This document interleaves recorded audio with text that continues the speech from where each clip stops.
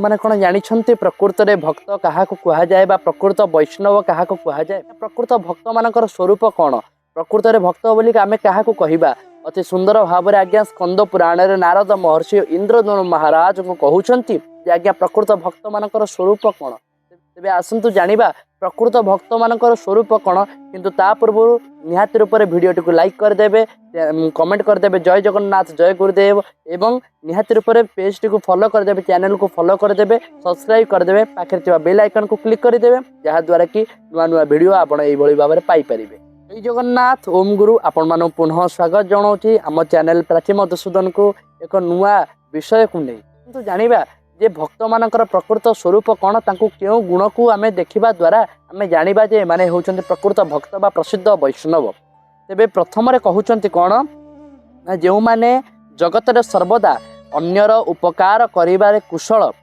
एवं अन्य प्राणीर कुशल रे निजर कुशल मने करंती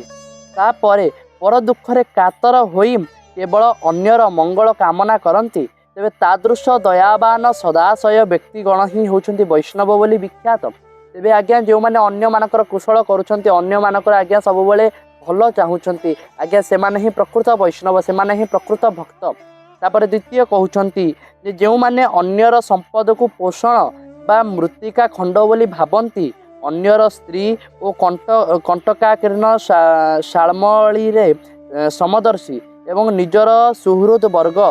शत्रुगण और आत्मीय वर्ग को समान ज्ञान करती से माने ही वैष्णव बोली प्रसिद्ध। जो माने अन्य मानकर आज्ञा नारी को चाहती ना अन्य मानकर धन को आज्ञा कंटा पत्थर सहित सामान करती जो माने अन्य मानकर धन को आखि उठे देखती नहीं एवं जो माने जो मानक आगे शत्रु जहाँ मित्र मध्य ताहा आज्ञा प्रकृत वैष्णव से ही माने जे आगे कौन प्रकार भेद न थाए बा पार्थक्य न थाए। तापर तृतीय कहउछन्ति जे जो माने एकाग्र मना होई भगवान ठारे चित्त समर्पण करी अछन्ति जो माने गुणज्ञ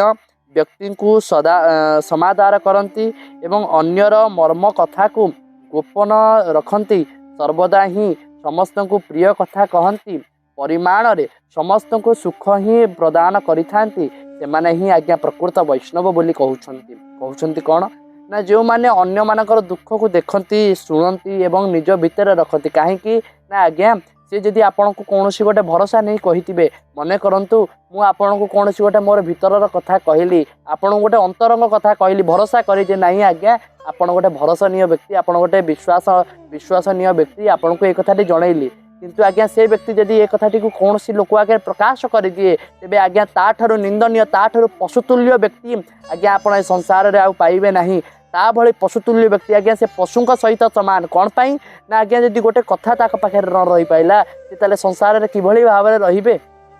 तेबे कहिबार उद्देश्य कौन ना जो माने आज्ञा पर कथा को अन्यर मर्म कथा को आज्ञा गोपनीय रखती एवं समस्त को प्रिय कथा कहती समस्त प्रिय रही था से माने आज्ञा प्रकृत रे वैष्णव बा से माने ही होचंती आज्ञा प्रकृत रे भक्त। तापर कहउछंती कौन ना जो माने भक्ति भाव रे कंस हंता श्री कृष्णकर मधुर सुमधुर पापनाशी शुभ नाम कीर्तन और उच्च स्वर रे सर्वदा तांकर जय घोष करिथांती नाम संकीर्तन ही जहाँकर सर्वसंपद से ही होउछंती प्रसिद्ध वैष्णव। यही कथा को आधार करी मोर गुरुदेव कहउछंती कौन ना अमूल्य धनटी नामटी सुख संबल से सुखे न मज्जी किया दुख भवे हेउ भूल आज्ञा दिदिन सिनाइए माया भव रवि भव रीति कृष्ण गोविंद नाम भज भजरे मती। तेरे प्रकृत वैष्णव क्यों माने ना जो माने सदा सर्वदा पाई से कृष्णकर सुमधुर नाम को मुखरे गान करती उच्च स्वर रे आज्ञा जदि कहीं गाली करुछंती जे काई एते जोर तू पार्टी करी नाम करुछु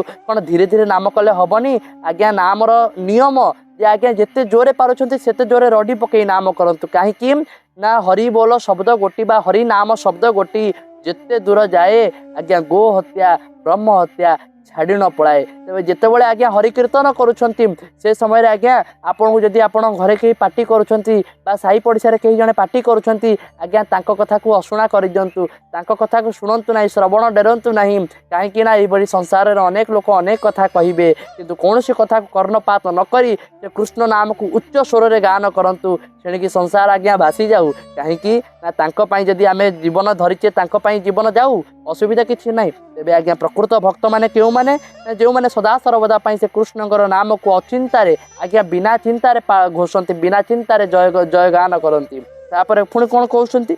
ना जो माने काय मन और वाक्य द्वारा श्री हरिंक ठारे आत्मा समर्पण करी एकाग्र चित्तरे श्री हरिंकर पाद पद्म जुगल चिंता करती एवं सही चिंतारे ही विभोर होई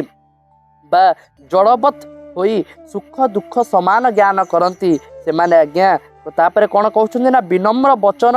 हरिंकर स्तव तथा श्री हरिंक पूजारे सदा सर्वदा व्यग्र रहती से माने ही वैष्णव। आज्ञा कहउछंती कौन ना जितेबाला कीर्तन करुछंती उन्माद कीर्तन करंतु किंतु जितेबाला प्रभु को स्तव करुछंती प्रभु को आराधना करुछंती प्रभु को पूजा करुछंती से समय आज्ञा धीर नम्र आज्ञा धीर स्थिर होई प्रभु को स्तव करिबा कहीं आमे ताको स्तुति करुचे हे प्रभु आपण एभली आपणकर रूप माधुरी एभली आपण देखा एभली तेणुक आमे तांको स्तव करुचे से समय आज्ञा प्रभु को अति विनम्र भाव में धीरे धीरे अति सुंदर भाव में प्रभु को देखी प्रभु को चाही प्रभु नयन नयन मिलई प्रभु को यहीपरी कथा कहवा। तापर पुणी कौन कहना से माने ही आज्ञा प्रकृत भक्त जो माने काय मन वाक्य प्रभुंकर हरिंक व्यतीत आ द्वितीय क्या जानती नहीं। तापर आज्ञा पुणी कौन कहउछंती